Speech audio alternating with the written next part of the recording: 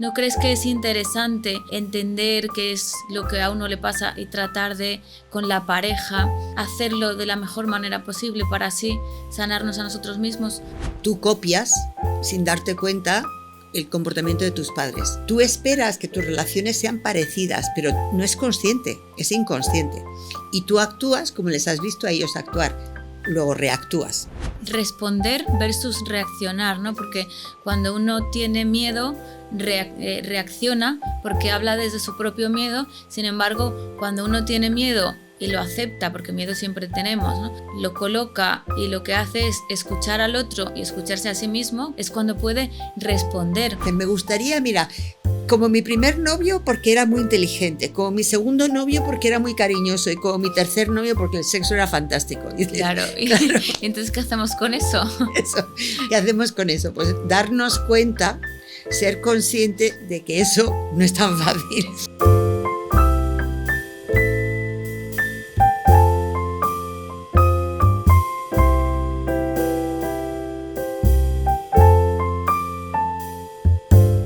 Hola a todos, bienvenidos a Entre Divanes, un podcast de psicólogos para psicólogos, en el que cada mes abordaremos un tema de actualidad de la psicología que nos reta, que nos inspira, con uno de nuestros colaboradores profesionales especialistas.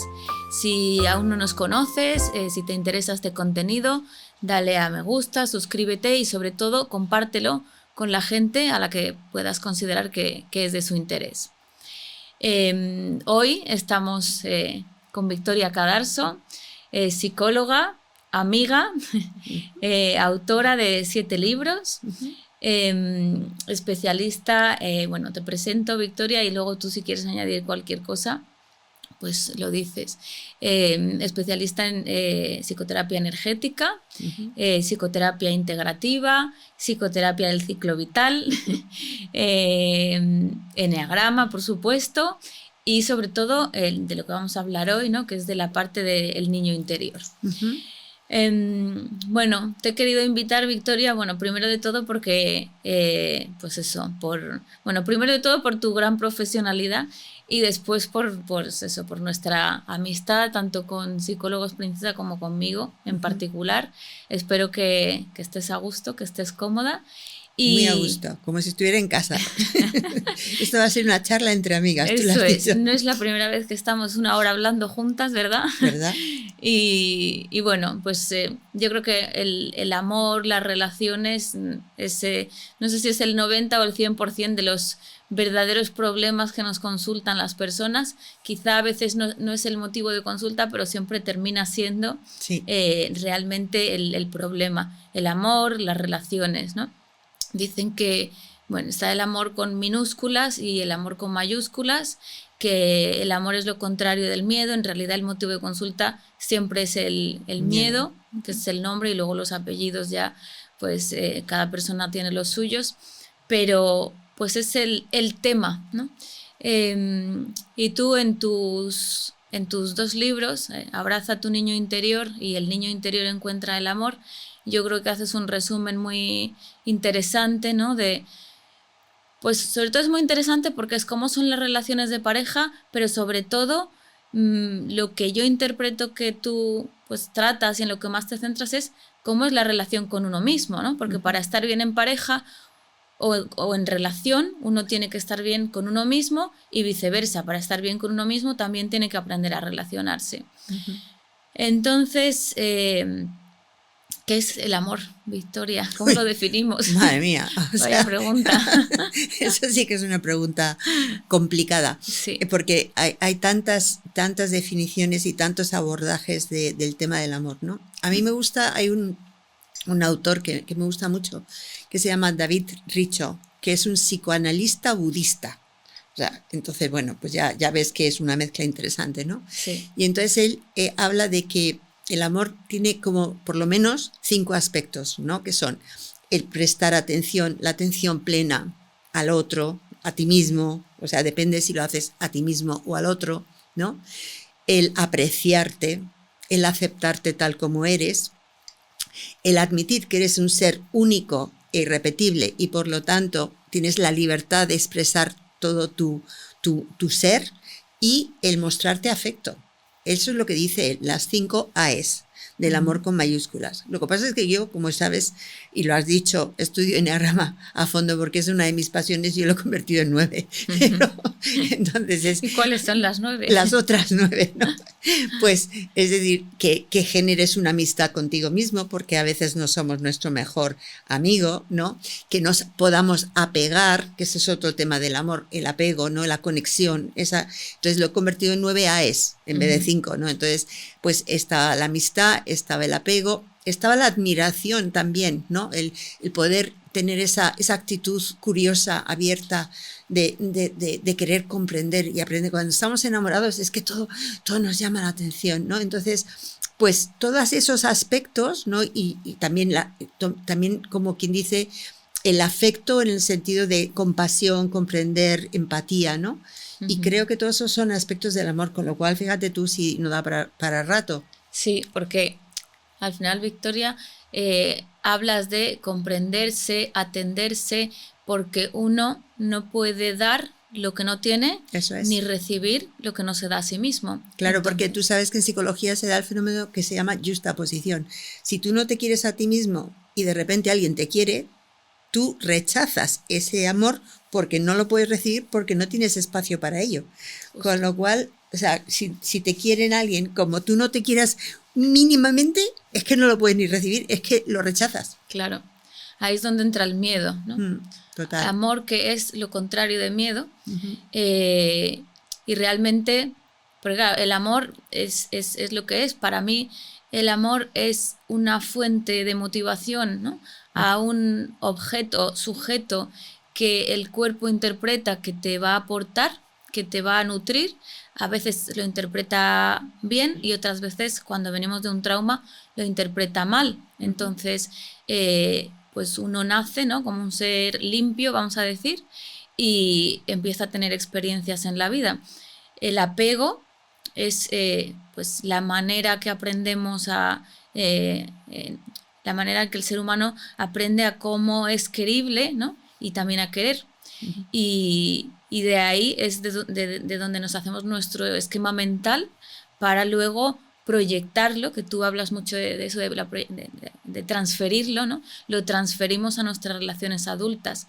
Entonces, cuando uno, pues eso, cuando uno nace en una familia, en un sistema, en una familia con unos padres, luego empieza a formar parte de su sistema social y ahí va aprendiendo tanto a ser querido como a querer y va aprendiendo lo que es el amor. Entonces esto es el tan famoso apego y hay muchas clasificaciones del apego, ahora está muy de moda, pero tú que eres especialista también en terapia del apego, para todos los públicos, ¿cuáles serían los tipos de apego? Y la segunda pregunta es, ¿son estáticos? Yo lo que suelo explicar es que nosotros somos puro amor, o sea, nuestra esencia es amor, ¿no? Y hay una carta muy bonita que dicen que es de Einstein, otros dicen que no es de Einstein, sobre lo que es el amor, ¿no? Que es lo que une todo, ¿no? Pero ¿qué pasa? Que al nacer en este mundo ya empezamos a tener necesidades y esas necesidades no las podemos suplir por nosotros mismos.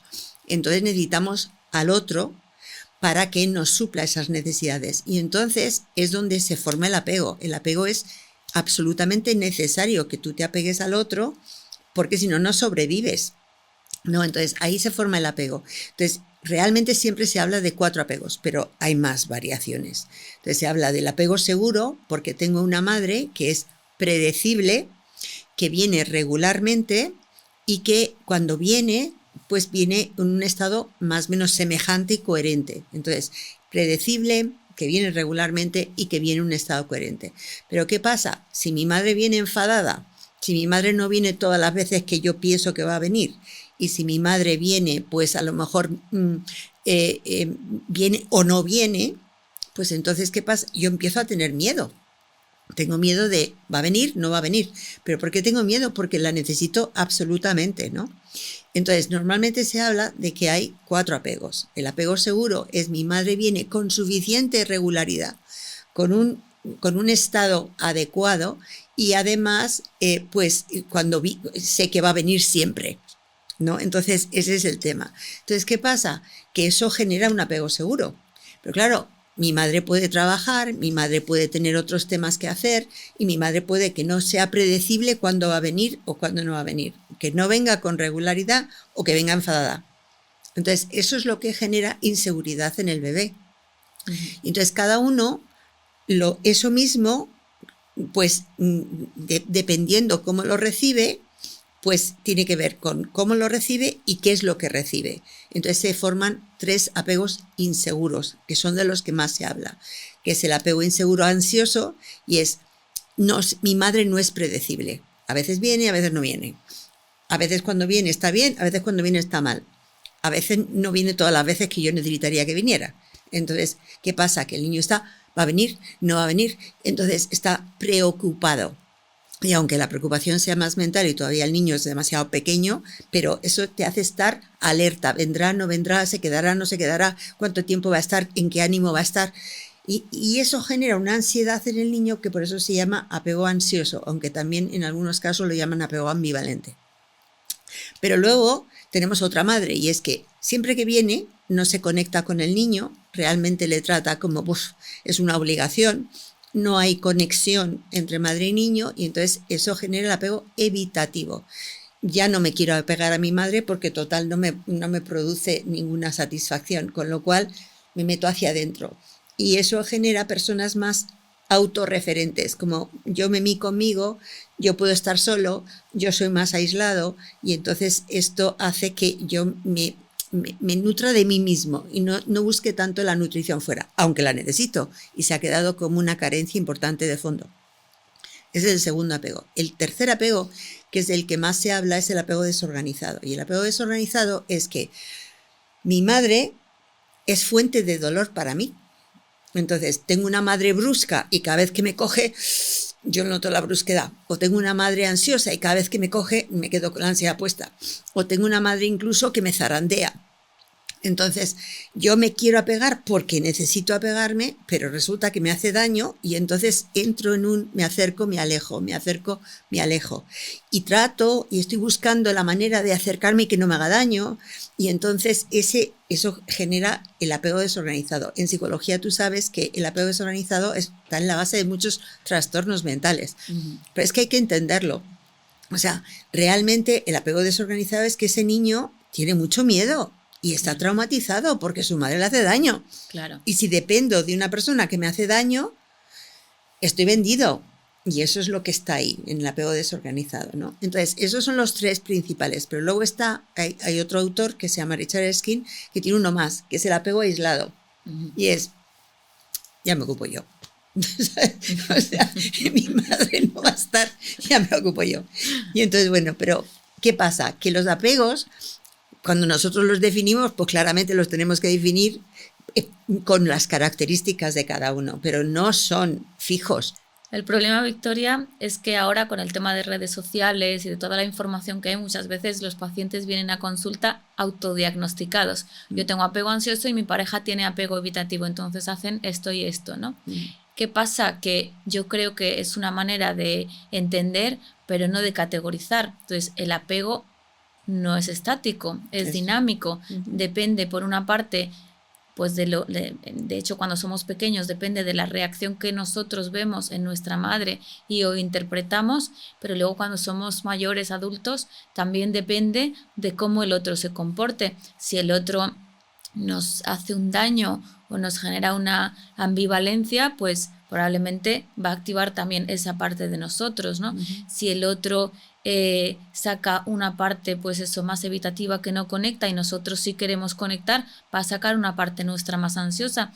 Y si es al revés, ¿no? Si el otro tiene esa parte, porque a lo mejor también es por la interacción con nosotros, en esa relación, esa parte más ansiosa, pues nosotros a lo mejor, si no parece que no se respeta nuestra distancia de seguridad, nos tenemos que alejar y entonces sacamos esa parte nuestra más evitativa hacia adentro, de autorregulación. Por lo tanto, el apego no es estático, diríamos. Absolutamente, o sea, no es fijo, y de hecho Richard Erskine lo decía, que es estilo de apego, que no habláramos de apego, sino de estilo de apego.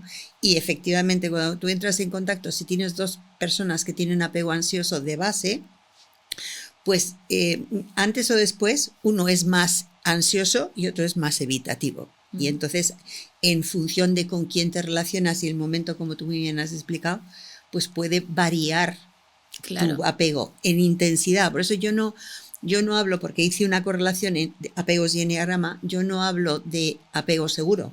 Yo creo que apego seguro es bastante difícil en la sociedad actual tener. El apego seguro no existe. Yo creo que hay grados de apegos inseguros. Exacto. Grados. Más es un continuo, ¿no? Eso no es una categoría. Entonces, a lo que aspiramos es a tener un apego seguro, pero trabajándonoslo, porque de base no hay ninguna madre que esté 100% disponible ni que esté 100% regulada, porque las madres son personas. Claro. Entonces vamos a no echar tampoco esa culpa a las madres. Luego al final, si te parece, hablaremos del tema del perdón y la compasión, ¿no? Sí. Y una vez te pregunté, Victoria, ¿tú cuál crees que es la resolución de las terapias? Y creo que recuerdo que me dijiste algo así como el perdón. Entonces, sin hacer spoiler del final y sin adelantarnos, yo creo que es muy importante no culpabilizar a los padres, porque siempre que uno pone la responsabilidad fuera, se queda sin control y sin estrategias de afrontamiento, ¿no? Y se convierte en víctima. Cuando pones el control fuera, pero eres un víctima del que tiene el poder, que está fuera. Exacto, porque ¿cómo es eso?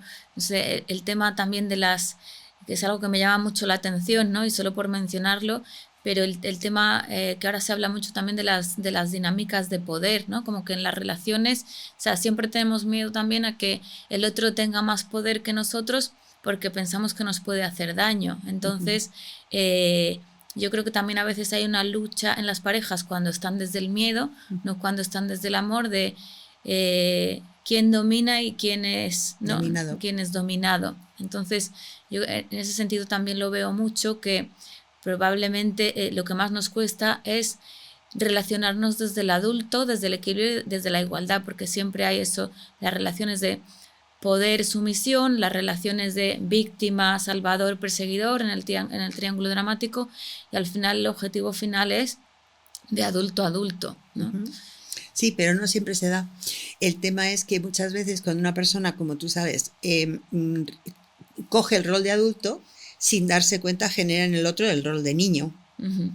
Y entonces ya hay una dinámica de poder, porque el adulto está un poquito por encima del niño, pero si alguien coge el rol de padre, ya ni te cuento. Entonces eso ya sí que hay una dinámica de poder mucho más dura, ¿no? Porque es como padre corrector, aunque hay tres tipos de padre: el padre nutritivo, el padre corrector, como quien dice, o padre crítico, y el padre protector. Entonces, pero efectivamente el tema del poder es muy importante, porque idealmente una pareja consciente tiene que ser una pareja en que haya una relación de igual a igual, que a veces uno lidera un poquito y otro se acopla, y a veces lidera el otro y se acopla, pero tiene que ser fluido, porque eso de que uno es el que lidera siempre y el otro se tiene que acoplar, eso no funciona. Termina por no funcionar.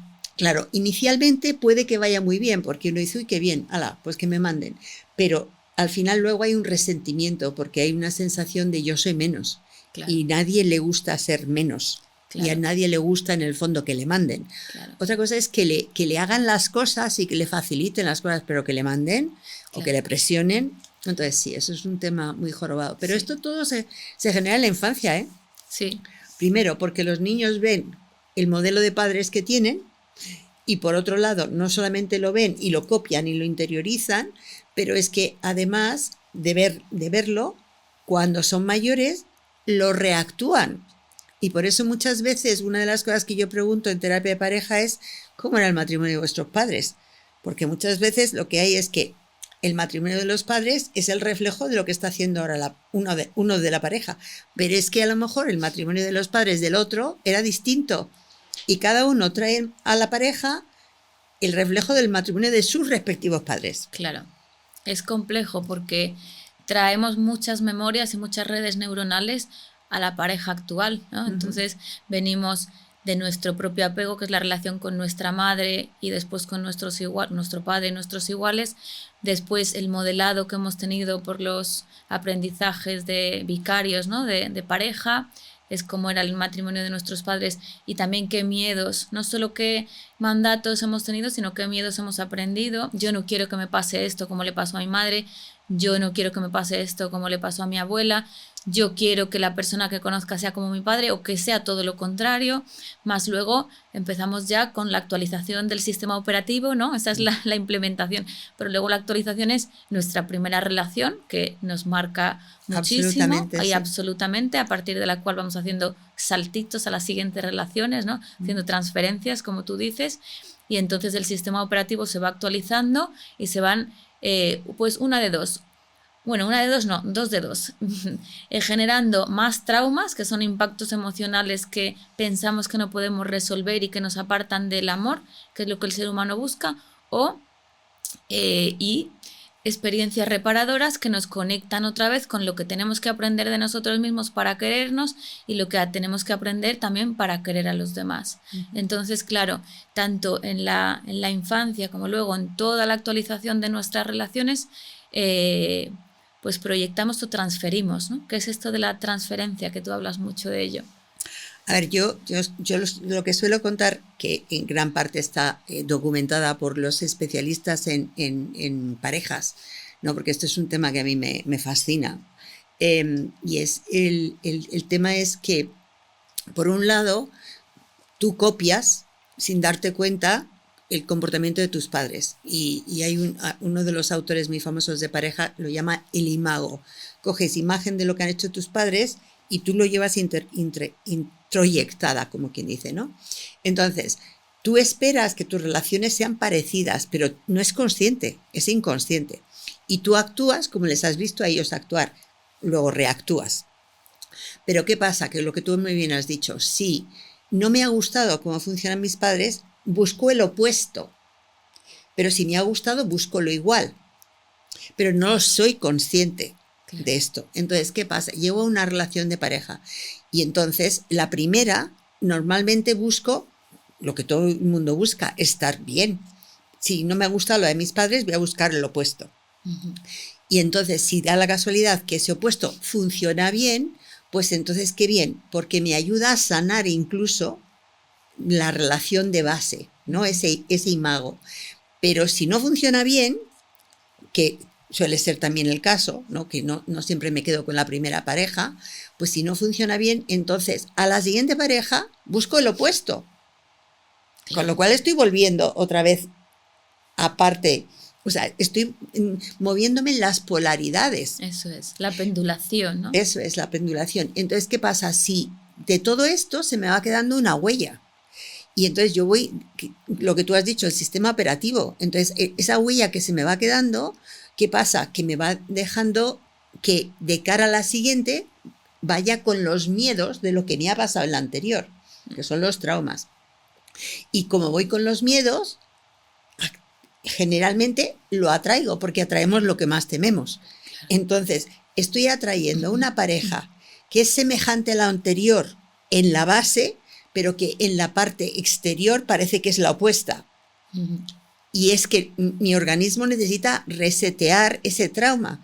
Y entonces por eso lo atraigo. Claro. Y entonces me paso la vida como dando... Vuelvo a la pantalla del videojuego que no me he pasado todavía. Eso es. Con lo cual, eso es hasta que tú no trabajas lo que te ha pasado y las sensaciones, emociones, necesidades bloqueadas, que son los traumas que se han quedado, tú no terminas de tener una pareja sana. Estás teniendo parejas que te están ayudando a crecer, que te están ayudando a desarrollarte, que estás aprendiendo un montón de cosas a través de esas parejas, pero que caramba, que a veces puede ser muy doloroso. Claro. Porque estamos reactuando en gran parte en nuestra infancia. Claro.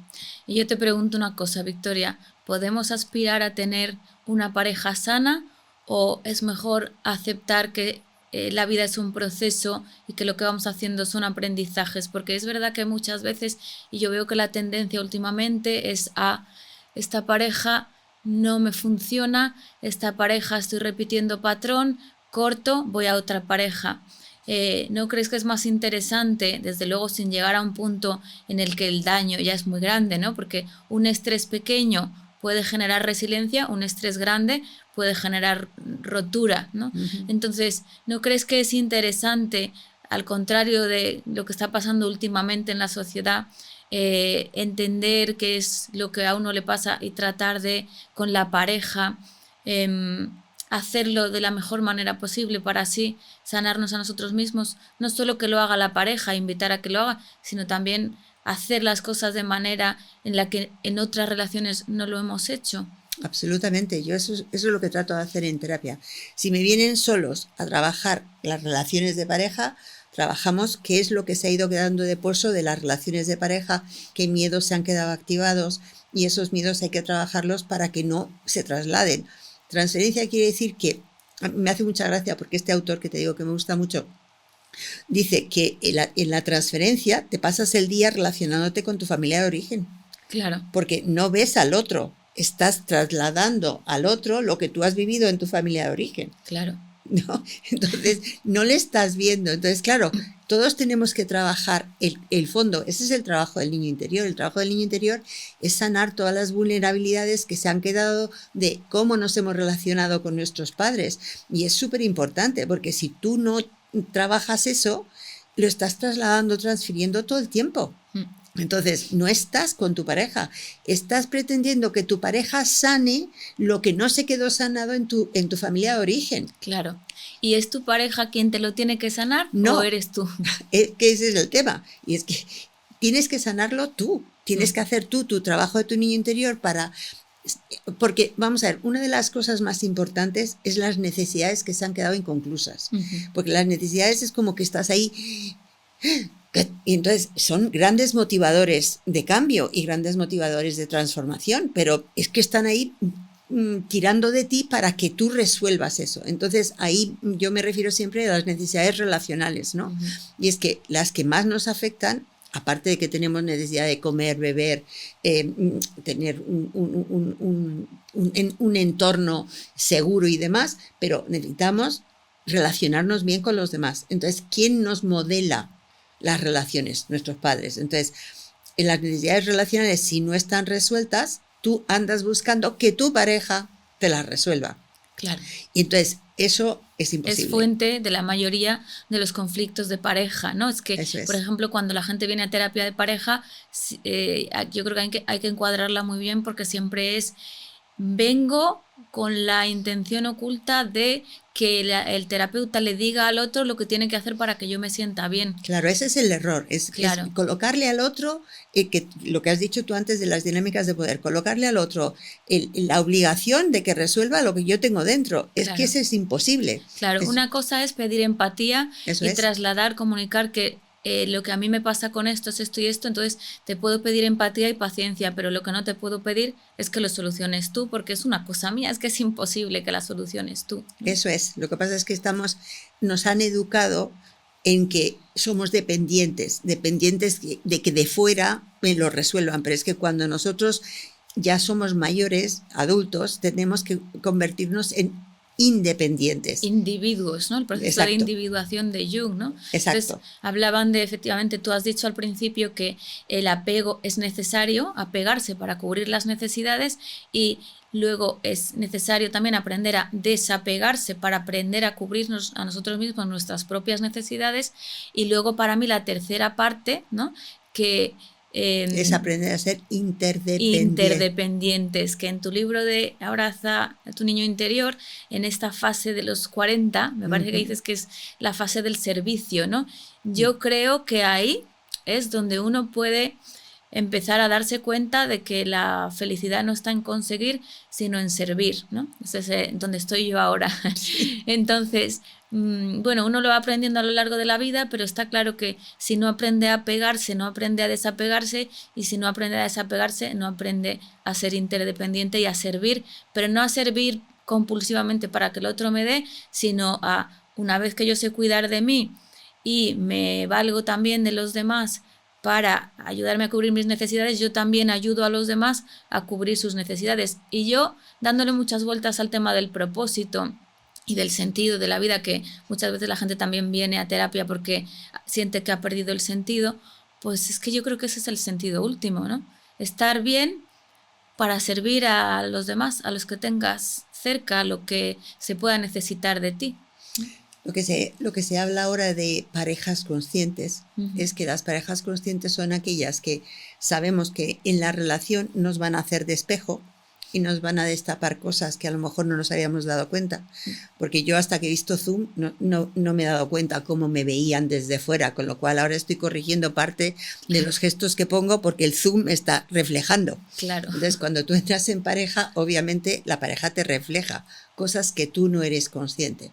Entonces, el tema es que la pareja te ayude a reflejarte cosas y te acompañe en tu proceso individual de trabajarte lo que te falta. Pero no que te lo resuelva.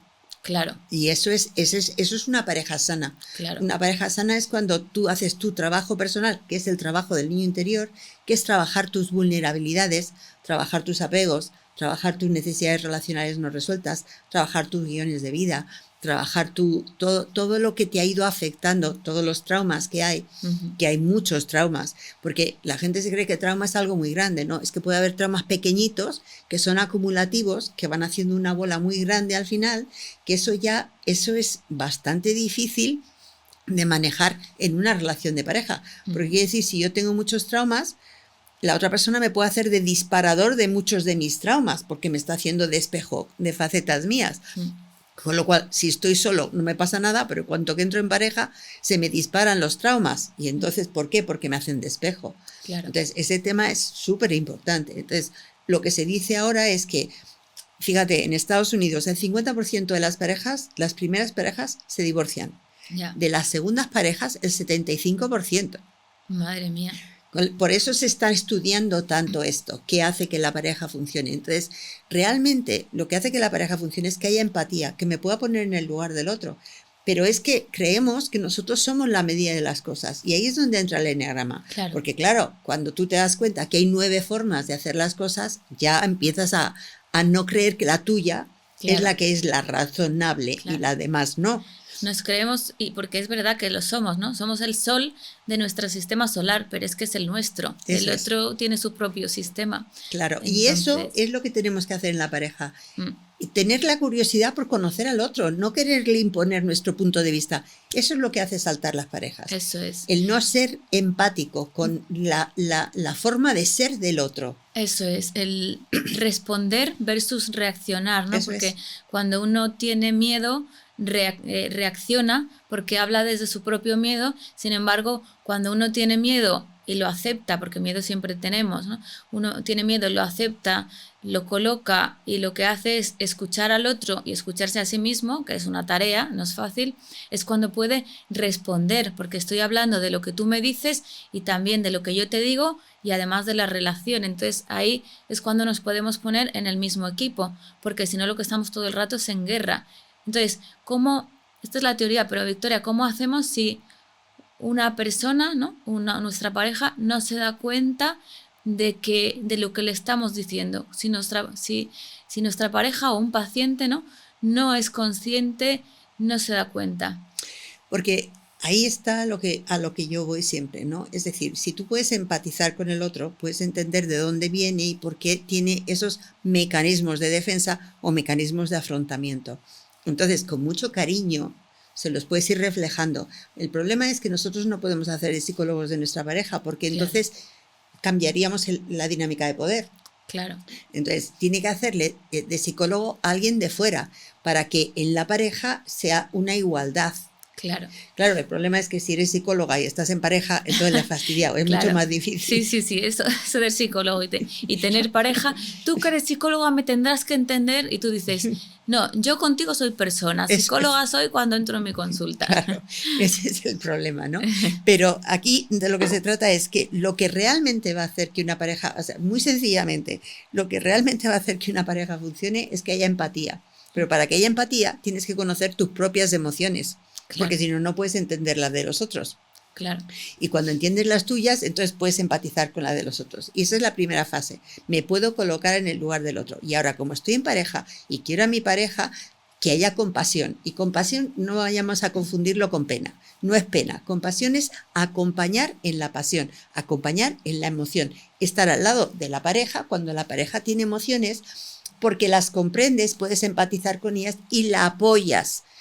Nosotros somos seres sociales y necesitamos conexión, contacto. Entonces, acompañar es estar en contacto, que no tienes por qué darle soluciones ni decirle lo que tiene que hacer, pero acompañar. Y a lo mejor acompañar es darle un abrazo a tu pareja y que hable, que se explique y tú le escuchas atentamente. Ese es el primer paso.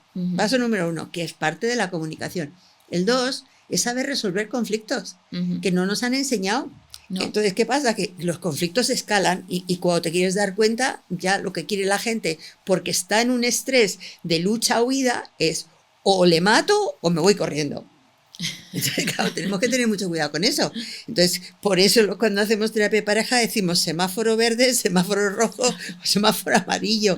Es decir, cuidado, cuidado, cuidado, que esto escala y todos podemos desbordarnos, ¿no? Entonces, es cómo manejar los conflictos. Y una cosa que no nos han enseñado y que nos tendrían que enseñar a todos es a negociar.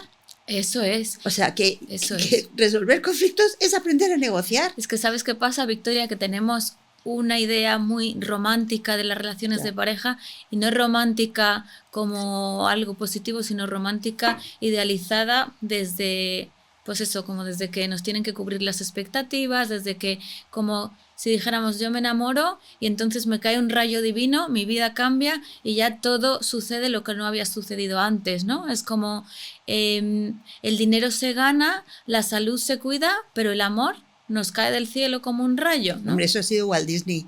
Claro. Aunque son muy bonitos. Bueno, lo ha patentado Walt Disney, pero era una cosa que todo el ser humano tenemos, ¿no? Y que es la ruptura de expectativas, ¿no? Todo ser humano tenemos y nos gusta mucho aferrarnos a eso, pero hay crisis vitales que tienen que ver con la ruptura de expectativas, ¿no? Como como decía un paciente mío, la madurar es darse cuenta todos los días de que los Reyes Magos no existen, ¿no? Entonces, a veces uno llega también a una relación, se enamora, que yo a veces digo que es un estado de enajenación mental transitoria, y entonces proyecta, que es muy bonito porque es lo que te hace acercarte a la otra persona y conectar, pero siempre hay que ser consciente de que eso pasa. Eso dura máximo 32 meses. Exacto. Entonces, por una parte hay que aprender a ser consciente dentro de ese estado mental, ¿no? Y luego hay que también aprender a mantener, cuando ya no tenemos todo ese subidón de neurotransmisores, a mantener a lo que nos hemos apegado, ¿no? Porque si no vamos en constante búsqueda de la dopamina, la oxitocina, la serotonina, que en realidad sería mucho más funcional si hiciéramos deporte, o sea, porque es más fácil de mantener. Entonces, en ese sentido, el hecho de no esperar que una relación te vaya a salvar la vida, no esperar, a veces es un poco... No sé, yo cuando me di cuenta de esto, a veces es un poco como que se te caen los palos del sombrajo, pero luego cuando pasas ya esta fase de, bueno, vale, pero el amor no es que de repente mi vida se vaya a convertir de color de rosa, pero es una cosa mucho más bonita, ¿no? Entonces, a veces cuando nos desilusionamos de una idea romántica e idealista, fantástica del amor, lo que de verdad nos hace es conectar con lo que de verdad es el amor, que es entender al otro, aceptarlo y acompañarlo, ¿no? Y al otro, pues al otro con el que nos hayamos vinculado, ¿no? Y a nosotros mismos. Pero yo esto también lo veo mucho en gente joven y no tan joven, y creo que también es uno de los principales problemas, ¿no? Que uno tenga unas expectativas irreales de lo que es una relación y de lo que es una pareja. Yo esto es una cosa que veo mucho en consulta y a mí me produce mucha ternura, ¿no? Que viene alguien y dice, se me ha ido el amor. No, mira, se te ha ido el enamoramiento. El enamoramiento tiene una fase y dura máximo 32 meses y la media está en 18. Entonces, ¿qué pasa? Como tú has dicho, es una enajenación porque hay un cóctel de hormonas que no te permite ver con claridad. Entonces estás viendo a la persona idealizada, le estás viendo como que es el amor de tu vida, es tu media naranja, es tu alma gemela. Pero es que eso, cuando se va el cóctel de hormonas, se convierte en el contrario. Claro. Y entonces solo ves defectos. Y entonces la gente dice, es que me han cambiado a mi pareja. No te la han cambiado. Es que estamos en esa transición. Y por eso a mí me gusta explicar, mira, la pareja pasa por estas fases. Fase de enamoramiento, fase de protesta, fase de consolidación, fase de proyecto común, que no necesariamente en ese orden, porque a veces cuando te vas a vivir con la pareja enseguida, como quien dice, acoplas fases, ¿no? Claro. Pero si tú empiezas como era antes, ¿no? Que era la parte romántica de la conquista. Y luego después ya pues te casabas y luego ya vivías juntos y luego ya, pero es que ahora es que todo se hace rápido. Y entonces las fases es que no dan tiempo casi de que se den las fases. De procesar, ¿no? Claro. De procesar, porque es un proceso adaptativo las fases de la relación también. Claro, y ese es un proceso de aprendizaje. Claro. Y cuando va tan rápido es que no se dan los aprendizajes que se tienen que dar. Claro. Y eso es un problema grande de la sociedad actual. Sí. Y es, te conozco, me gustas, me acuesto contigo, me voy a vivir contigo. Y cuando quiero dar cuenta, es como he llegado hasta aquí. Claro. Porque he llegado tan rápido que no me ha dado tiempo de conocernos, de saber cuáles son tus valores, qué te gusta a ti, qué me gusta a mí, cómo vamos a encajar esto, cómo a irlo hablando. Porque hablando de los valores, Victoria, ahora que lo mencionas, mucha gente no sabe por qué se enamora o por qué tiene que elegir a una pareja, ¿no? Entonces dicen la conexión mental, emocional y física. Bueno, es muy difícil que se den los tres, pero sí que tiene que haber un cierto equilibrio, ¿no? ¿Cómo es esto de los tres centros que hablas en tu libro? A ver, esto es una especie de correlación que yo he hecho también con el eneagrama, ¿no? El tema es que tú puedes enamorarte de alguien porque a ver, vamos a ver si te lo explico mejor. En el enamoramiento están a la vez tres factores, ¿no? Está, por una parte, la bioquímica, que es como quien dice más corporal, más instintivo. Eso no lo controlas tú, quieras o no quieras. Claro, ¿no? que decían a veces lo que me dijiste, ¿no? Que era como una posible compatibilidad del sistema inmune, ¿no? Eso es lo que se dice, porque hay una antropóloga que se llama Fisher, de apellido, que ha estudiado qué es lo que hace que haya esa conexión o esa atracción entre qué personas, ¿no? Entonces, tiene mucho que ver con la bioquímica, pero tiene mucho que ver con la necesidad de la especie de reproducirse. Entonces, tienes que encontrar un sistema inmune que es compatible con el tuyo. O sea que eso es parte, como que dice, corporal.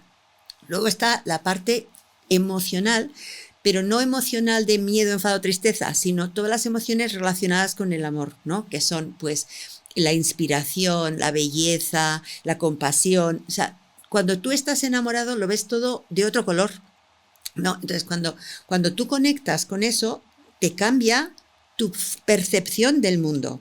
Y entonces ves el lado positivo de la persona. Entonces, claro que te enamora ver a otra persona que tiene un lado positivo y que brilla y que tú le ves nada más que las cosas buenas, ¿no? Porque estamos unidos a la bioquímica corporal. Pero luego después tenemos una parte racional, me conviene o no me conviene, vive en otra ciudad o vive en la mía, pues él trabaja en tal sitio y yo trabajo en tal otra. Y entonces entra también la parte racional, que esto hay una teoría que le llaman social exchange, ¿no? Y es, ¿me compensa o no me compensa estar con este tipo de persona? ¿Vale? ¿Y qué pasa? Que las tres pueden no estar alineadas. Claro. Tú puedes pensar una cosa, sentir otra cosa, y que tu cuerpo lleva por otro camino. Es decir, que te puede atraer la persona o no atraer, pero pensar que te conviene o no te conviene, o que realmente sientes esa conexión o no la sientes. Justo. Y entonces eso es un tema que, claro, por eso es tan difícil encontrar a alguien que tiene las tres cosas que claro, pero es tan difícil. Y entonces esto me lo cuentan mucho mis clientes. Me dicen, me gustaría, mira, como mi primer novio porque era muy inteligente, como mi segundo novio porque era muy cariñoso y como mi tercer novio porque el sexo era fantástico. Y claro. ¿Y entonces qué hacemos con eso? ¿Qué hacemos con eso? Pues darnos cuenta, ser consciente de que eso no es tan fácil. Eso, o que a veces casi ni siquiera existe, ¿no? Según el grado de exigencia que tengamos, querer encontrarlo todo y en un 100% no existe. A lo mejor tenemos que hacer ciertas renuncias, a lo mejor no podemos hacer una renuncia de uno de los tres centros por completo, pero podemos bajar un poquito el volumen, porque es que si no es imposible. De la misma manera, ¿no? Que también hablamos mucho de la autoexigencia, que si no podemos ser tan exigentes con el otro porque nunca nos resulta suficiente, y lo mismo tampoco podemos ser tan autoexigentes porque nunca nos resultamos suficientes, ¿no? Entonces la exigencia es un tema también tela en pareja y también en los propios problemas de imagen, de autoestima y demás. Está claro que si nosotros nos ponemos un baremo tenemos que llegar a todo esto y unas expectativas, igual que hablábamos del amor, expectativas no realistas ni con nosotros mismos o con el otro, pues no vamos a estar bien con nosotros mismos o con el otro. ¿Qué miedo tenemos a bajar esas expectativas? ¿Qué miedo tenemos? ¿Por qué no somos capaces de decir, bueno, yo, o sea, la gente es de carne y hueso, yo también, y vamos a aceptar? Porque el problema que tenemos los seres humanos es que nos han educado en el juicio, no nos han educado en la comprensión. Primero de todo, siempre nos han educado nuestros padres fundamentalmente en esto no se hace, esto está mal, esto está bien, hay que hacer esto de esta manera, con lo cual tenemos un miedo al juicio del otro. Y eso ya, si yo ya voy con miedo al juicio del otro, no termino de conectar plenamente porque me estoy resguardando y salen todos mis mecanismos de defensa y de afrontamiento. Entonces, ese es un primer tema. ¿Qué pasa? Si yo tengo miedo al juicio del otro, igual yo dejo de ser yo mismo, creo un falso self, una máscara. Y entonces cuando estoy contigo pongo esta cara y todo va muy bien, hasta que un día esa cara me olvido de ponerla y entonces ya las cosas no van bien. Entonces, si yo no me atrevo a ser yo mismo por el miedo al juicio del otro, pues es que ¿quién se está comunicando ahí? Claro. Y eso es una de las cosas que pasa de la primera etapa del enamoramiento, donde no es que me ponga una careta, pero como resulta que solamente veo una parte de la historia, pues claro, cuando paso a la siguiente fase, que es la opuesta, es que salen todos los defectos. Claro. Y entonces la cosa está a punto de estallar. Entonces, para mí, una clave en la relación de pareja es trabajar los juicios. Y es cambiar del chip del juicio al chip de la curiosidad. ¿Qué le hará a esta persona hacer esto y por qué hace esto de esta manera? Pero no en plan inquisitivo, ¿y tú por qué haces esto de esta manera? Sino, cuéntame un poquito, ¿qué te ha llevado a ti a hacer esto de esta manera? O sea, porque me interesa cómo has llegado a esa conclusión, porque claro, entonces te puedo comprender mejor. Cuando uno comprende es cuando más probabilidades tiene de no juzgar. Eso es. Porque entender es lo contrario que juzgar.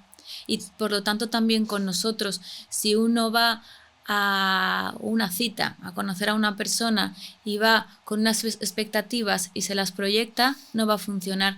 Pero si va ofreciendo lo que tiene y lo que puede en ese momento de su vida y siendo como es, ¿no? Claro, hay más probabilidades de no impactar al otro, pero también hay más probabilidades de que lo que pase ahí, sea lo que sea más auténtico y te traiga menos problemas y más posibilidad de conexión. Si no es con esa persona, pues antes te la quitas y más posibilidades tienes de conectar con quien realmente conectes, porque conectar no es falso, no es fingido, ¿no? Claro. Entonces, ser auténtico es fundamental. Es fundamental, aunque nos dé mucho miedo. También es el miedo. Claro. Nos da miedo a ser auténticos. ¿Por qué? Porque no nos hemos sentido aceptados como éramos en la gran mayoría, porque nos han querido cambiar, porque no nos han apreciado nuestros dones, nuestro ser, ¿no? Y entonces por eso el amor es todas esas características, pero si no las manifiesto, entonces la otra persona no las ve.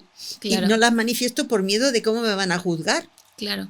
Claro, y es verdad que ahí es eso, como que intentamos, una cosa es mostrarnos conscientemente y otra cosa es querer demostrar compulsivamente, porque ahí es donde empiezan los problemas, ¿no? Uh-huh. Yo proyecto mi neura, el otro la suya, entonces el miedo que tenemos es a ser auténticos, pero la verdad es que seamos como seamos nosotros mismos o seamos una máscara, siempre va a haber un porcentaje de personas a las que les gustemos, un porcentaje a las que no les gustemos y otro a las que les vamos a dar exactamente igual. Entonces lo mejor es, para ahorrarnos tiempo y dolor, que seamos nosotros mismos, entonces el resultado va a ser el mismo. Claro, ¿qué pasa?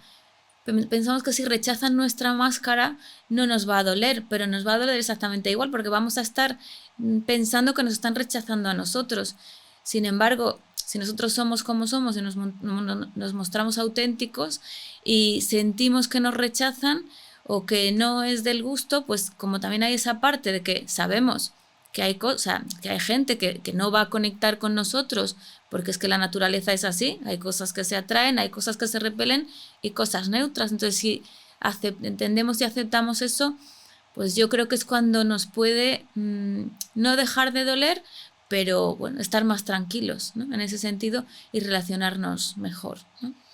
Sí, eso es lo que se llama la vulnerabilidad, el poderte mostrar vulnerable, que no es ser débil, es ser vulnerable, es poder ser tú y aceptarte tal como eres y apreciarte tal como eres y entenderte tal como eres y mostrarte tal como eres. Pero eso es muy difícil, porque si de niño tú te has sentido que no eras validado como eras, que no eras amado como eras, que no le gustabas como eras, pues tú has ido generando esa coraza y esa máscara, que es lo que al final tienes que aprender a bajar. Pero yo creo que otro de los temas es que lo vas bajando con los años. Claro. Porque cuando eres más joven, como todavía tienes los miedos de antes, pues como todavía sigues manteniendo esa máscara o ese ego, y estás a la defensiva de que no te ataquen. Pero cuando ya la vida te ha dado unos cuantos palos y ya has aprendido que no puedes mantener la máscara todo el tiempo, sobre todo en intimidad, que tienes que ser tú, pues entonces ya vas diciendo, pues yo soy así y si gusto bien y si no también. Claro. Y ese es el punto, que ya cuando te vas siendo más mayor, vas siendo más tú. Entonces, cuando tú estás en el enamoramiento, estás en una fase que tampoco eres tú plenamente. Cuando estás en la protesta tampoco, porque estás en la opuesta de la anterior. Y cuando estás en la siguiente, que todavía estás consolidando cómo te relacionas con el otro, pues tampoco. Entonces, no es hasta que no llegas a la crisis de la mediana edad, que es cuando realmente te miras al ombligo o miras atrás y dices, ¿cómo he llegado yo aquí? ¿Qué he hecho yo? ¿Qué pasos he hecho? Pero ¿quién soy yo? ¿Pero yo qué quiero? ¿Pero a mí qué me gusta? ¿Pero qué no me gusta? ¿Pero yo estoy aquí porque quiero o estoy aquí porque la vida me ha llevado? ¿Quién me ha llevado? ¿Cómo me he dejado llevar? Y ahí es cuando nos cuestionamos todo. Sí. Y eso es un momento de crisis que es muy difícil pasar, pero es un momento de crisis que es justo el punto de inflexión a un crecimiento consciente. De exacto. Esto lo he hecho por esto, bueno, pues es el trabajo en parte del niño interior y un poco más, ¿no? Eso del niño interior, porque es cómo he llegado yo hasta aquí y qué quiero yo para mi vida. Entonces, ahí hay que hacer una reflexión, pero con mucha humildad. Eso es. Y con mucha comprensión de que, y esto a mí es lo que yo insisto mucho, es, hemos hecho lo mejor que hemos podido en cada momento.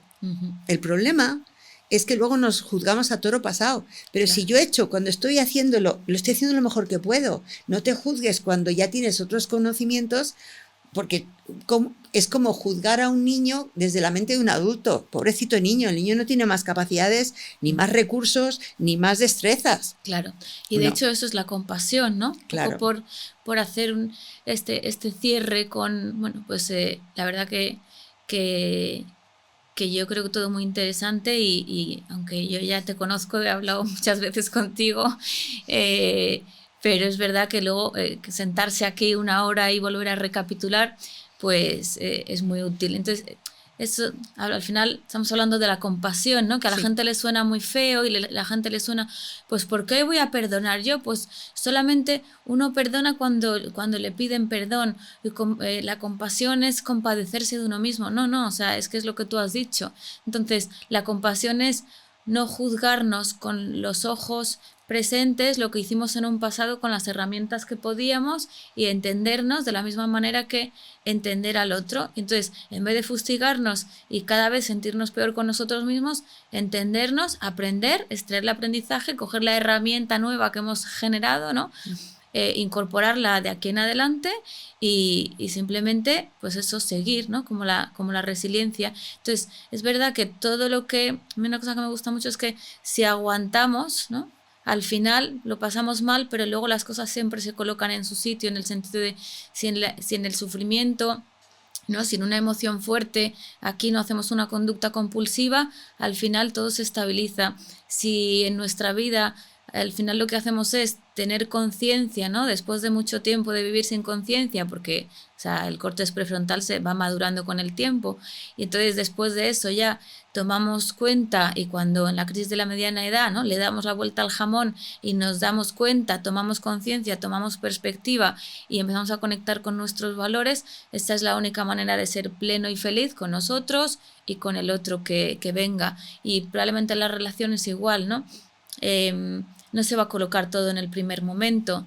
Hay muchas fases que todas son necesarias, como bien dices, pero realmente a lo mejor el amor real con mayúsculas llega cuando pasas esas fases, ¿no? Y es cuando realmente entiendes al otro y lo quieres, realmente lo amas, ¿no? No solo lo quieres, ¿no? Sí, y eso pasa por eso, por la compasión, la empatía, la compasión, el perdón. A mí no me gusta como palabra porque suena mucho a iglesia, ¿no? Pero perdón en el sentido de reconciliación. ¿Reconciliación con qué? Porque cuando tú no perdonas a alguien es porque le has juzgado. Y cuando tú le juzgas desde tu marco de referencia. Pero es que tú, para poder entender y no juzgar a la otra persona, te tienes que poner en su marco de referencia. Y al ponerse en su marco de referencia le tienes que preguntar, tienes que tener curiosidad por saber cómo es, tienes que saber entender sus emociones, sus motivaciones, lo que le ha hecho hacer las cosas de la manera que las ha hecho, pero no para juzgarle, sino para entenderle. Claro. Entonces, ya si tú puedes no juzgarle, ya la has perdonado. Si Exacto. El problema de perdonar es que es juzgar. Es que no estabas desde el marco correcto mirando las cosas. Ese es el tema. Entonces, por eso a mí el perdón como palabra no me gusta, pero sí reconciliarte con lo que es, aceptar las cosas como son. Eso es. Y no querer cambiar las cosas. Mucha gente no perdona porque en realidad están enfadados porque las cosas no han salido como ellos querían. Claro. Pero es que tenemos que aceptar que el universo tiene un plan y no vamos a poder encajar con ese plan como quisiéramos. Claro. Entonces, si no aceptas lo que es, pues vas a estar toda la vida rabiando. Exacto. Entonces, bueno, pues voy a tratar de entender qué me está ofreciendo la vida, qué estoy aprendiendo, qué explicaciones me voy a dar sobre lo que me ha pasado para que yo me pueda sentir más en paz conmigo mismo. Entonces, por eso siempre es el trabajo de fondo. Es cómo he llegado yo hasta aquí, sí. Qué ha ido pasando en mi vida, sin juicio, con esa compasión, empatía y comprensión de, a ver, esto lo hice por esto, claro, ¿qué estaba pasando en mi casa? ¿Dónde estaban mis padres? Porque yo, por ejemplo, una cosa muy sencilla, ¿no? Los padres pues deciden, me cambio de casa, me cambio los niños de colegio, pero no se han parado a pensar que cuando tú cambias a un niño de colegio, le quitas todos sus amiguitos, se queda descolgado, a lo mejor le cuesta volverse a integrar en otro colegio, entonces tienes que ayudarle en ese proceso. Entonces ese niñito entra en un estrés, que los padres no creen que los niños tienen estrés, ese estrés le hace estar en modo alerta, entonces ya no da pie con bola y en ese otro colegio falla. Y entonces, ¿qué pasa? Que todo eso va dejándole la sensación de yo no valgo, no soy bueno, no soy capaz, pero vamos a ver, ¿por qué? ¿Qué ha pasado para que tú hayas llegado aquí? Y entonces, cuando lo entiendes sin juicio, lo comprendes, lo aceptas, lo apoyas, eso es lo que sana interiormente y entonces ya te puedes relacionar desde yo estoy bien. Eso es. Pero si eso no está sanado, es que no hay nada que hacer. Eso es. Es el yo estoy bien, tú estás bien y así nosotros estaremos mejor. Exactamente. No es yo estoy regular y entonces encuentro una pareja y entonces ya se me va a solucionar. Entonces, y yo me quedaría ya por último, ¿no? Con un poco con la reflexión de esto que estás diciendo, Victoria, pues yo te diría que la aceptación nos hace libres, ¿no? Y la vulnerabilidad nos hace fuertes. Y bueno, pues yo agradecerte, Victoria, toda tu sabiduría, que no es solamente por profesión, sino está claro que uno muchas veces el tema de la edad, ¿no? Pues nos molestan las arrugas, pero realmente la sabiduría y la experiencia siempre es un grado, casi mucho más es lo práctico que lo teórico y nada, y es un placer siempre escucharte y agradecerte mucho que hayas venido. Espero que a la gente le sirva tanto como a mí, como a nosotros, como al equipo que somos admiradores siempre tuyos. Y nada, muchísimas gracias, Victoria. Pues gracias a ti personalmente y a Princesa 81 por haberme invitado. Y para todos vosotros, si es de vuestro interés, compartidlo, nos ayuda mucho para seguir creciendo y si consideráis que con esto podéis ayudar a otras personas, pues ya no solo por nosotros, sino por difundir pues los conocimientos de la psicología que en esta época, en esta era en la que vivimos, creemos que es súper importante. Muchas gracias y hasta la próxima.